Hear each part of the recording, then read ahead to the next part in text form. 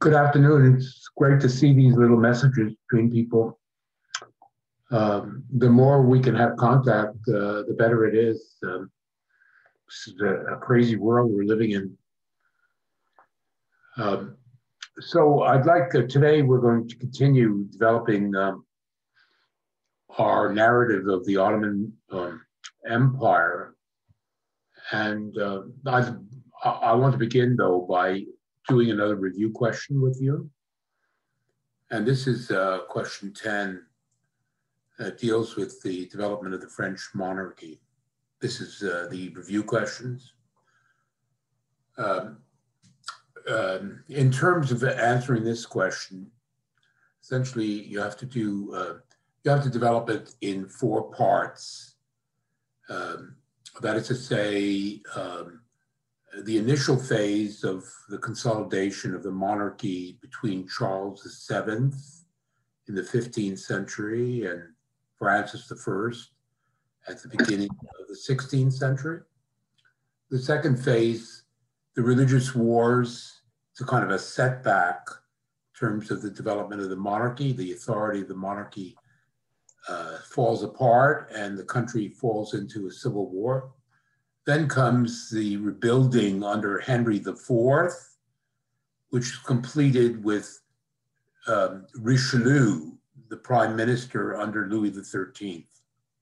So briefly, in terms of this narrative that you want to cover about the French monarchy, I think the first phase is between Charles VII and Francis I. And remember, I explained that the English had taken over a good part of France and the nobles were running wild against the population. And we see a reconstitution of under Charles VII, remember Joan of Arc and so on. The essential thing that happens is the expulsion of the English and the reintegration of the French state.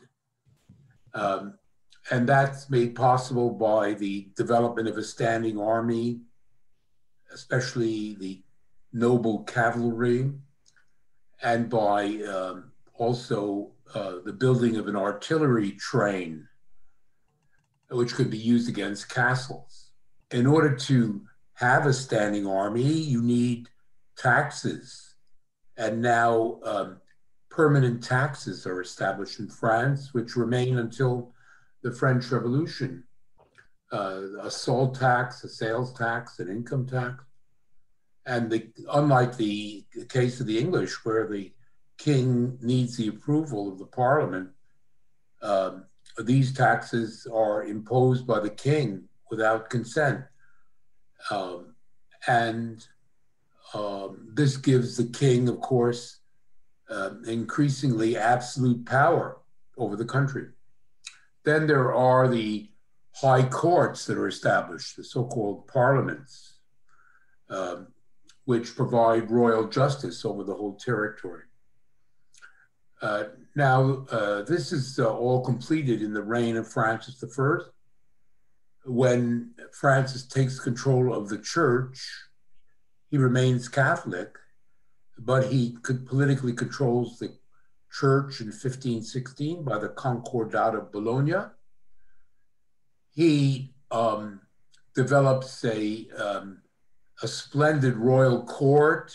Some 8,000 nobles follow the court.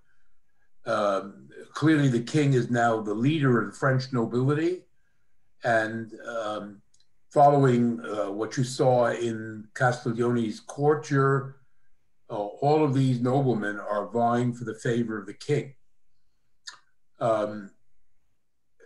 The third element under Charles is the wars against Charles V. I don't have to explain Charles V and his aspirations to dominate all of Europe. Well, the main resistance comes in the form of a series of wars led by the French king. And in order to carry out these wars, he imposes heavy taxes on the population. Francis I has the right to tax, unlimited right, and he raises heavy taxes on the country, which are increasingly resented by the middle class and by the peasants, which becomes the prelude for the outbreak of the so-called religious wars. This is a period of a new period of anarchy. It looks like France is falling back into what it was like in the 15th century during these religious wars, which last between 1562 and 98. And certainly the conflict between the Calvinists and the Catholics, the Catholics inspired by the Counter-Reformation, and of course, the Calvinists inspired by Geneva. They're both very militant.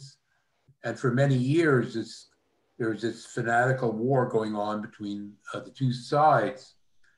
But also we have to remember that the discontent of the population was also fueled by the overtaxation by Francis I, and also the fact that the nobles were still not reconciled to the idea that the king really was clipping their wings, was really breaking their political independence. And so there was a kind of noble reaction.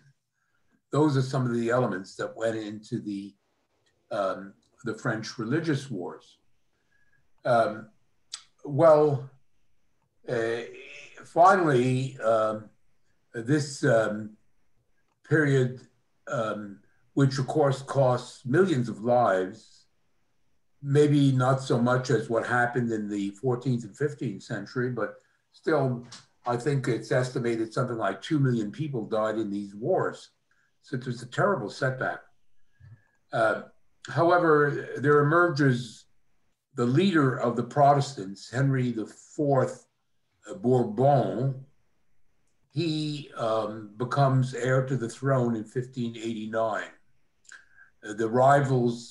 His rivals die off, and he comes into the inheritance of the crown, and he says, Paris is worth a mass, reflecting the increasing sort of Machiavellian mentality that begins to develop.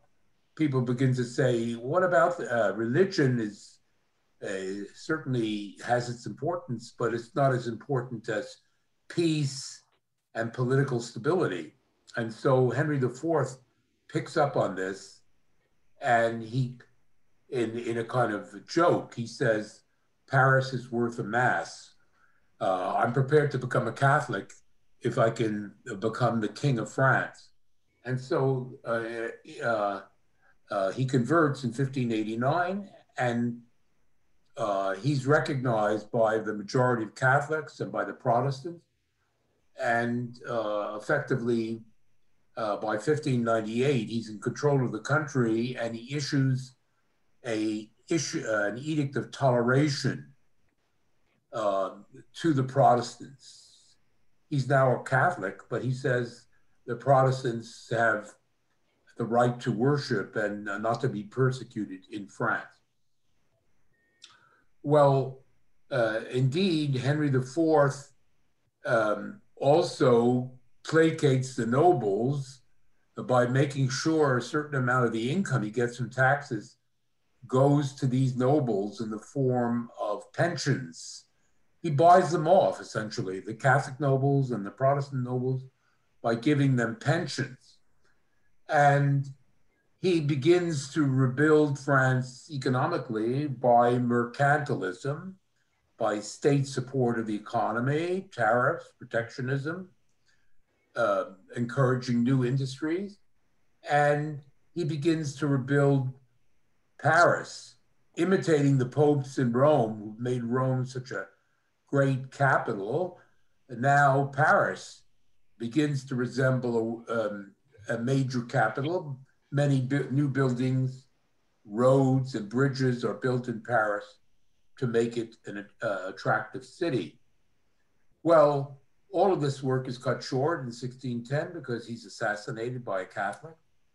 And the king, the next king, his son, Louis XIII, isn't a very smart guy, but smart enough to employ Cardinal Richelieu, who you remember is a cardinal of the church, but he espouses raison d'etat, reason of state. He basically uh, has memorized Machiavelli, and basically he says Machiavelli should be put into the service of building a strong French monarchy. And he does this by uh, building up the army to unprecedented levels, uh, by using the army to curb the nobles. Some nobles won't stop fighting, stop rebelling, and so he brings the French army against them. But also now he takes on the Spanish monarchy, which is beginning to flag. Remember, they started their campaign to dominate Europe at the beginning of the 16th century. Well, the gold has run out. The Spanish economy is getting weaker and weaker. And now France, which is rebuilding itself, Richelieu continues the mercantilist policies of building up the French economy in order to build up the French state, now is in a position to basically use the French army and to use some of this money in order to buy the friendship of other European states. And by the end of Richelieu's life in 1643, France has now become the dominant power in Europe. Spain is no more. So that's the answer to that question. Are there any points that you wish to make or to raise at this point about what I said about this question?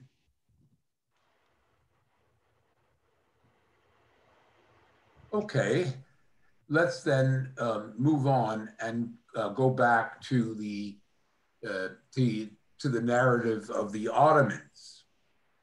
And remember, I basically gave you an outline of sort of the Ottomans and the extraordinary size of their empire by the beginning of the 16th century. By the first part of the 16th century, they had basically taken over Greece and the Balkans, of course, what is now Turkey, or what we call Anatolia. They had conquered the Arab Middle East. They had extended their control across North Africa. The Ottomans and I'll explain this further, but the Ottomans had come to dominate the whole of North Africa. So it's a huge empire. And I want you to note one of the very interesting characteristics of it. Of course, it's a land empire, predominantly a land empire. I mean, Anatolia, the Balkans, the Middle East, it's all about controlling land and controlling, collecting tribute from peasants. This is the basis of the tax system, and the centralization of the taxes in the person of the Sultan gives it enormous resources. So this is very important, but you saw by the map that I put on,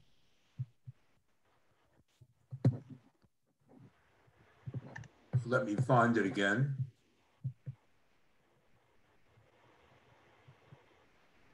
Can you see this map? Is the map visible? No, we can't see it. No. It's not. I need to,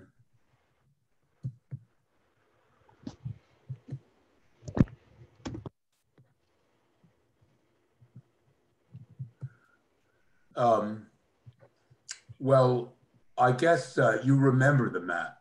But the point is that they controlled all of the North African coastline.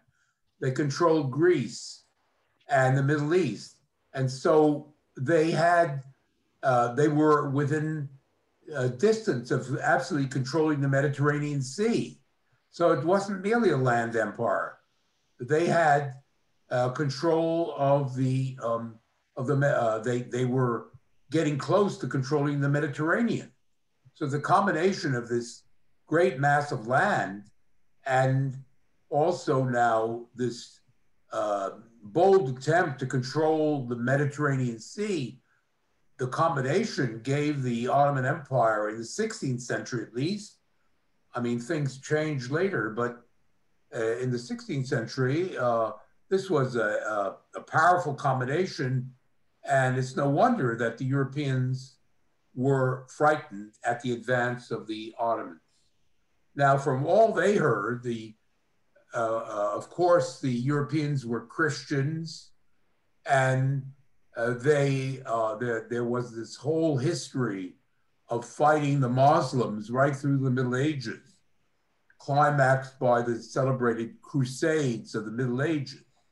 I'm sure one way or another you've heard of these conflicts. And in the minds of the Christians, of course, the Turks were Muslims, they were infidels, they were not believers in the Christian religion. And moreover, based on their conquest of the Balkans, they heard all of these atrocity stories, how cruel the Turks were and so on. And so certainly the European attitude was essentially negative. However, I would say that some people in Europe had some good things to say about the Ottomans. For example, Martin Luther, as a matter of fact, in one of his sermons, he says he's criticizing the German princes and the other princes in Europe, and he says in one sermon, these princes are exploiting their own people by imposing these heavy taxes. And he says, well, the Ottomans, actually, the tax levels are lower for the peasants in the Ottoman Empire than they are in Europe. So Luther, although, of course, like other Europeans, the Turks were a menace and so on, he could say that. And then Machiavelli, as another example, Machiavelli, who was, of course, this was an extraordinary thinker, and what he respected was political power. So looking at the Ottoman emperor, he said, well, this is an example of a powerful ruler. And so he expressed praise for the Ottoman Sultan. This is very unusual. But nevertheless, you do get this kind of an attitude. In general, the attitude was very negative. Well, the Turks felt the same way about the Europeans because they, of course, believed that their religion, Islam, was the true religion. And indeed, it was incumbent on them. Indeed, it was a rationale for their empire to crusade against the infidels, to crusade against and conquer, and if possible, convert the Christians. So they had this idea of essentially jihad, which means in this context the same thing as crusade.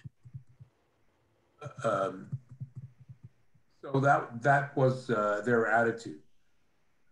Yet, even from the beginning, the Ottomans, they did, there were certain compromises with the Europeans.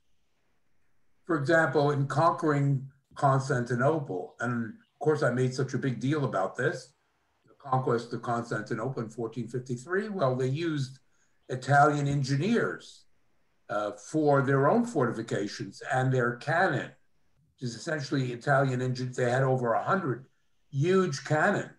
These were essentially built by Italian engineers. And then, although at first there were no relations between the Europeans and the Ottomans after they conquered Constantinople, by the 1480s, the Venetians, who were the sort of leading European maritime power in the Mediterranean, they were doing business with the Ottomans. They needed the right, the Venetians, to move their goods the goods that they were buying and selling across the Ottoman Empire. And so they made truces and ultimately peace with the Ottoman Sultan. Relations between the Venetians and the Ottomans oscillated between conflict and war on the one hand and peace on the other, because both sides needed one another. The Ottoman sultans collected taxes from the Venetian merchants. And so there was this kind of agreement between the two. Now, I want to now talk how the Ottomans achieved their built their empire. And in the first place, you have to understand that the basis of the empire is what is now Turkey, which of course is a modern nation at this point. Well, the Ottomans Turkey had for centuries been the center of what we call the Byzantine or East Roman Empire, Christian empire, centered on Constantinople.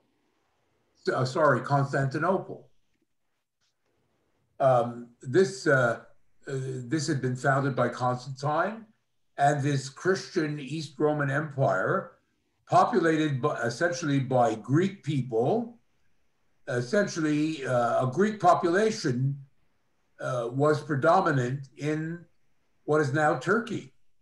And the Greeks were spread, were to be found in Greece proper, on the islands, the sort of Greek islands between Greece and Anatolia, and in Anatolia itself. This was a whole empire unto itself during the Middle Ages, controlled by a Christian emperor who called himself the Holy Roman Emperor. Now, in the 14th century, in the late 13th and 14th century, a new people came down from Central Asia. They were Turks. They're known as the Seljuk Turks. The Seljuk Turks came down from Central Asia, and they began to invade Anatolia. And more and more of Anatolia was basically being conquered by these Seljuks during the 14th and first part of the 15th century. Indeed, the whole of the Middle East, this is what was happening in Anatolia, but another Turkish element, so-called Mamelukes, had also come down, and they took control of the Arab countries. Syria and Egypt was controlled by the Mamelukes. So what you have is what we call turfication going on from the 13th century onwards.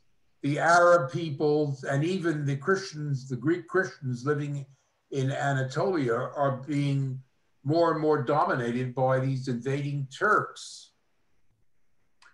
Well, the last of these Turkish elements to invade were the Ottomans, and they come in the late 14th century. They themselves refer to themselves as Oghuz. The English term for that is Turk. And these Ottoman Turks, like the Mamelukes and like the Seljuks, come down from Central Asia, and they basically become servants of the Seljuks. They become auxiliary cavalry. They're light cavalry, extremely good cavalrymen coming down from Central Asia. And they help the Seljuks to fight the Byzantine Empire, the East Roman Empire, to conquer more and more territory. And the Seljuks give them the special mission: look, we're fighting the Turks in Anatolia, you go fight them in the Balkans. So it's the Ottoman auxiliaries which cross the water, cross the Bosporus, and enter into the Balkans. And in the course of the late 14th and 15th centuries, they help the Seljuks to conquer the Balkans. Greece and the Balkans fall into Turkish hands in the course of the first part of the 15th century. So the Byzantines are more and more surrounded. Ottoman Turks in the Balkans, Seljuk Turks in Anatolia, and the Ottomans are getting stronger and stronger and stronger. And finally, you have the reality that the Ottomans have gotten so strong that they decide to take over the whole of this whole area. And so they actually subordinate the Seljuks, having started out as basically the Seljuk servants in the first part of the 15th century. The Ottomans basically conquered a whole region. The only place left is Constantinople. And as you know, in 1453, the Ottomans, having conquered the whole region, basically now take Constantinople, using an army of no less than 300,000 soldiers and a huge fleet. And with Italian assistance, they seize Istanbul. And the person who carried out this incredible event, it was incredible because up to this point, Constantinople had, with its great walls, had withstood invaders since the time of Constantine. It had never fallen to anybody. But there's one exception, but I'll ignore that. And now the Muslims taken over the whole of the Ottoman Empire and Constantinople, which is renamed Istanbul. Now, the person who, the Sultan and also Caliph, who did this was Mehmed II. He basically is the founding Sultan of the Ottoman Empire. His dates are between 1451 and 81. And you can see this is the same period when a parallel process is happening in France, Spain, and England. Mehmed II does this for the Ottoman Empire. And not only does he do this, does he conquer Constantinople, but he also now decides to develop a bureaucracy to centralize the administration over this whole area. Up to this point, wherever the Ottomans did rule, they ruled indirectly. They didn't impose, they allowed a certain autonomy to local princes up to this point. But Mehmed II, no, he does away with all of that. And he now centralizes power in this new capital, Istanbul. And so he's the founder of the state. He's got this vast army. Now he's got this administration. And he has Istanbul, Constantinople, which was regarded as, during the Middle Ages, certainly as the second Rome. It had enormous prestige. It had such prestige that Mehmed, who ordinarily, when the Ottomans conquered a town and it would not surrender, the town was destroyed. Well, Mehmed decides, no, I'm going to keep this city and make it into an Islamic city. It's going to be a new Islamic Rome. Islam will have its own Rome, which will supersede the Christian Rome. You can see he has these global ambitions to do this. And he has this huge army. Well, he tells the army that basically now the city is in ruins as a result of the siege. Rebuild the city. So the soldiers have set to work in the hundreds of thousands, rebuilding the city, making it a fit city for the Sultan, palaces and mosques and what have you. And he begins to repopulate the city as well. At the end of the siege, the population had fallen to something like 80,000 people. Well, Mehmed orders, he now conquered, he now has this huge territory. He orders whole populations, tens of thousands of people, to willy-nilly pick up and move to Istanbul. He repopulates the city by forcing people in the Balkans or forcing others in Anatolia to actually move back to move to Istanbul. And by the middle of the 16th century, Istanbul is one of the largest cities in the world with 300,000 people.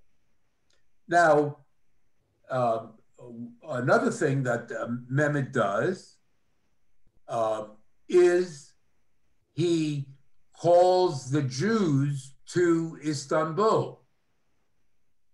Now, the Jews, their leaders, not all of the Jews, but their leaders were essentially merchants. This is a merchant diaspora. The Jews are a merchant diaspora. The leaders of these Jewish communities invariably are the wealthy merchants. And Mehmed, of course, he's a Turk. The Turks are warriors. The Turks are administrators. They don't do business in the marketplace. They're not merchants. No, their business is fighting for Allah and collecting tribute from populations. They won't soil their hands with trading in the marketplace. So the Jews do this sort of work, and so he calls the Jews to Istanbul, and the Jews welcome this summons because, as you already know, they are suffering more and more intense persecution in Spain, culminating in their actual expulsion in 1492. And the same thing is happening in Germany. It's the same period. Now, why is this happening? Well, it's for religious reasons, but also a new middle class is arising in Spain, and a new middle class is arising. This middle class is under pressure from the nobles, of course, but nevertheless, in Spain, you do have a Spanish Catholic middle class, and in Germany, same thing. And so this middle class doesn't like the Jews as competitors. And so they call for their expulsion. And in Germany, just as in Spain, you see the Jews being expelled. Well, where should they go? Well, a lot of Jews in Germany ended up in Poland. And perhaps you know that in the early modern period, Poland became the center of Jewish life in Europe. But the Spanish Jews, who are called Sephardim, they mainly take refuge in the Ottoman Empire. They cross the Mediterranean and they set up businesses in places like Morocco and Tunisia. They move to Greece, where an important Jewish community establishes itself and specializing in the manufacture of silk. They move to Egypt, but especially they move to Istanbul. And so especially these Sephardic or Spanish Jews, who are the richest Jews, they become the key merchants of the Mediterranean, of the Ottoman Empire. But also beside them, we should remember the Jews of Germany, who are referred to as Ashkenazim. The Sephardim and the Ashkenazim, these are the two main branches of Jewry. But also, just for completion, I'll note that there were also these Greek Jews from the East Roman Empire, from the Byzantine Empire, who were called Romani, and there were also Arab Jews. So the Jews were not fully united. There were basically four types of Jews living in the Ottoman Empire.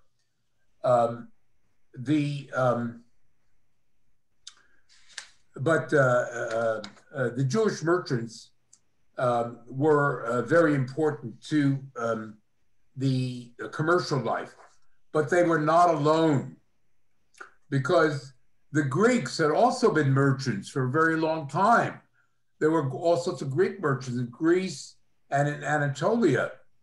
Moreover, the Greeks, who were far more numerous than the Jews, as a matter of fact, their overall demographic weight, the Jews were a relatively small minority. The Greeks, they had been the essential element of the Byzantine Empire. They were still there under the Turks. And so not only were they also merchants, they were fishermen, and they were maritime traders. They had ships, they had fleets of ships, and also they knew how to fight by sea. They were experienced sailors and naval captains. And so the whole maritime element of the Ottoman Empire, many of the merchants, but also the sea captains, the merchant seamen, the fishermen, were under the Ottomans. The Ottomans, of course, were Muslims. The Greeks were Greek Orthodox, regarded as inferior by the Turks. Nevertheless, the whole maritime naval aspect of the Ottoman Empire and their bid for power in the Mediterranean, this was all basically a Greek operation. Now, for the Ottomans, the fact that the Jews and the Greeks were the main merchants, and I also should add the Armenians have to be included as well. There was, this is again a small minority, but nevertheless, there was an Armenian population living in Anatolia, and they also were merchants. So the merchant class in the Ottoman Empire were the Jews, the Greeks, and the Armenians. Well, these elements, obviously, the Turks used them to conduct commercial activities for them. But it had an advantage because whereas in Holland and England, this merchant class in those countries becomes the middle class, the capitalist middle class, and they ultimately challenged the landlords and the warriors, the nobles, for power in capitalist England and Holland. No such thing can happen in the Ottoman Empire because ethnically and religiously, the Armenians, the Jews, and the Greeks are of an inferior religion, and the Ottomans are Muslims. They rule, and they're politically the merchant element cannot challenge Turkish power. In other words, the Turks and the Sultan are secure in their power because the middle class never constitutes a threat until really the end of the 19th, beginning of the 20th century. Now, continuing this story of the expansion of the Ottoman Empire, I've been essentially talking about the conquest of Constantinople up to this point and the Balkans. But we should note that it is under Bayezid, there was Mehmed, 1481, and then there was succeeded by Bayezid, whose reign was essentially one of peaceful consolidation of what was the Ottoman Empire. But then under Selim I, the conquest, the jihad of the Ottomans continues. And this time, essentially, in terms of remembering Selim I, he is the Sultan who conquers the Arab Middle East, Syria, Palestine, Jordan, Egypt, even Saudi Arabia falls to the Ottoman Empire. the Mamelukes are defeated, lose power, subordinated, and the Persians, remember the Persians, the Persian Empire to the east, which also had eyes on the Arab Middle East, their attempt to challenge the Ottomans is defeated at the Battle of Chaldiran in Anatolia in 1514. There was a big battle between the Ottoman army and the Persian army, and the Persians were driven back by the Ottomans. And following this defeat, Salim sent the Ottoman army into Syria and down into Jordan, Palestine, and Egypt, and takes over the Arab lands. Now, I want to say a little bit about the rivalry between the Persians and the Ottomans. The Ottomans were Sunni Muslims.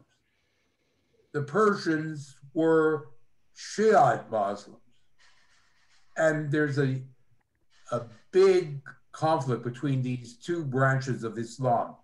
It's as important as the conflict between the Protestants and the Catholics in Europe, but it goes back almost to the beginnings of Islam. And it continues right up to the present. So understanding the difference between the Sunnis and the Shiites is important. Excuse me. So many to choose from. But yeah, this one works. Many of you guys have told me about this certain item. I just need it in my life. And only Target carries it. So enough talk. Let's go inside and Yeah, someone needs to mute their mic. Oh. Okay, good. We have about 9 minutes left. In any case, what is the distinction between these two branches of Islam, which I said began to fight with one another from almost the beginning? And when I say fight, I mean really fight. We're talking about wars, assassinations, and of course, doctrinal differences. Well, the Shia, the Sunnis, who are, there are many more Sunni Muslims than there are Shiites. They believe in the Quran. They are, in a way, fundamentalists.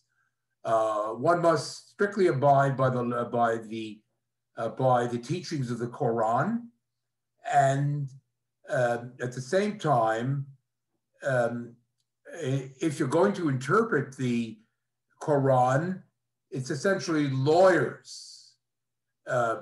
It's a legal interpretation of the Quran, which is the basis of Muslim law, according to the Sunnis. So they try to stay, they believe they're staying as close as possible to the original text of Islam. The Shiites tend to be much freer in terms of course, the Quran is fundamental, but they have their clergy who have a lot more freedom of expression in their preaching. And they also have mystics, these sort of religious geniuses and saints in their religion who reinterpret Islam. They're much more prepared to reinterpret the teachings of Allah than are the Sunni. So that's a very important difference. And of course, you could see where conflicts would emerge. But also, it happens to be the case that Persia, which is not Arab, people are Iranian, en masse, they convert to Shiism, to the Shiite faith.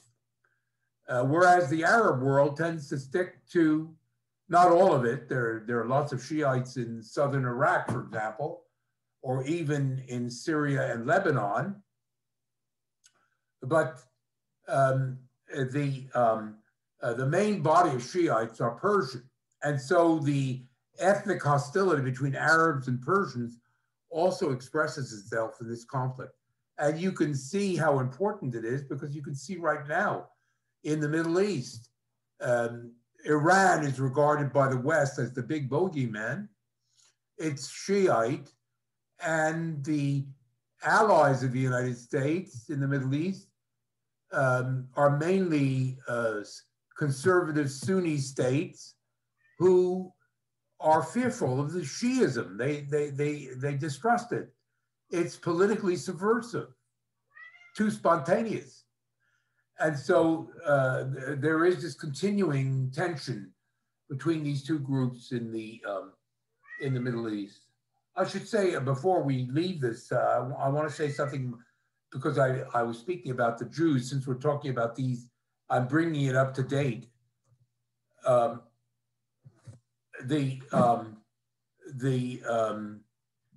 Jews and the Muslims. The fact of the matter is, Jews and Muslims, until very lately, until the creation of Israel, or maybe a little bit earlier, when Jews began to move into Palestine, Jews and Muslims got on extremely well. Certainly, the Jews were regarded as inferior, but basically between the two, they sort of did business with one another. There were cultural relations between the two and so on. And relations, there were bad times, but generally speaking, they got on well. It is with the creation of the State of Israel that these relationships have deteriorated. I don't want you to think that the conflicts between Jews and Arabs or Jews and Muslims is eternal. No, it dates basically from the modern period. So that point should be made as well. This brings us finally to the reign of the greatest of the sultans, certainly greater than any that came before, and certainly greater than any that came after, Solomon the Magnificent, because he's the guy who basically extends the Ottoman Empire to its full extent. And he does this, I guess there are three elements to this, and we're getting close to an end. In the first place, the Ottomans are already established in the Balkans. Well, Solomon invades Hungary, and in 1529, he arrives at the gates of Vienna, and it is Charles V who actually blocks the further offensive of the Ottomans. But what you can see is that the whole of Central Europe, it's not merely the Balkans, it's even a large part of Central Europe has been swallowed by the Ottomans. The Ottomans now for centuries are going to be part of Europe. It's under Solomon that the whole of North Africa, including its navies, and Solomon gives huge amounts of money to the local rulers to build fleets to fight the Europeans on the Mediterranean. So the whole of North Africa becomes part of the Ottoman Empire. And finally, it's under Solomon that Iraq, basically the Persians are defeated in 1535, and Iraq, which is fabulously wealthy, it becomes part of the Ottoman Empire. And Solomon, having taken Iraq, he builds a fleet on the Persian Gulf and the Red Sea, and he makes it impossible for the Portuguese to block the continuation of the Mediterranean route to Europe. We talked about the opening of the Atlantic route, but it's Solomon who resists that by basically extending Ottoman power down to the Red Sea and the Persian Gulf and the Indian Ocean, putting together a fleet. He blocks the Portuguese ability to monopolize the Asian trade. So the Mediterranean remains open under Solomon until nearly the end, until 1580, until the Dutch move in. So the achievements Solomon genuinely is the magnificent. And so we'll see you again on Monday.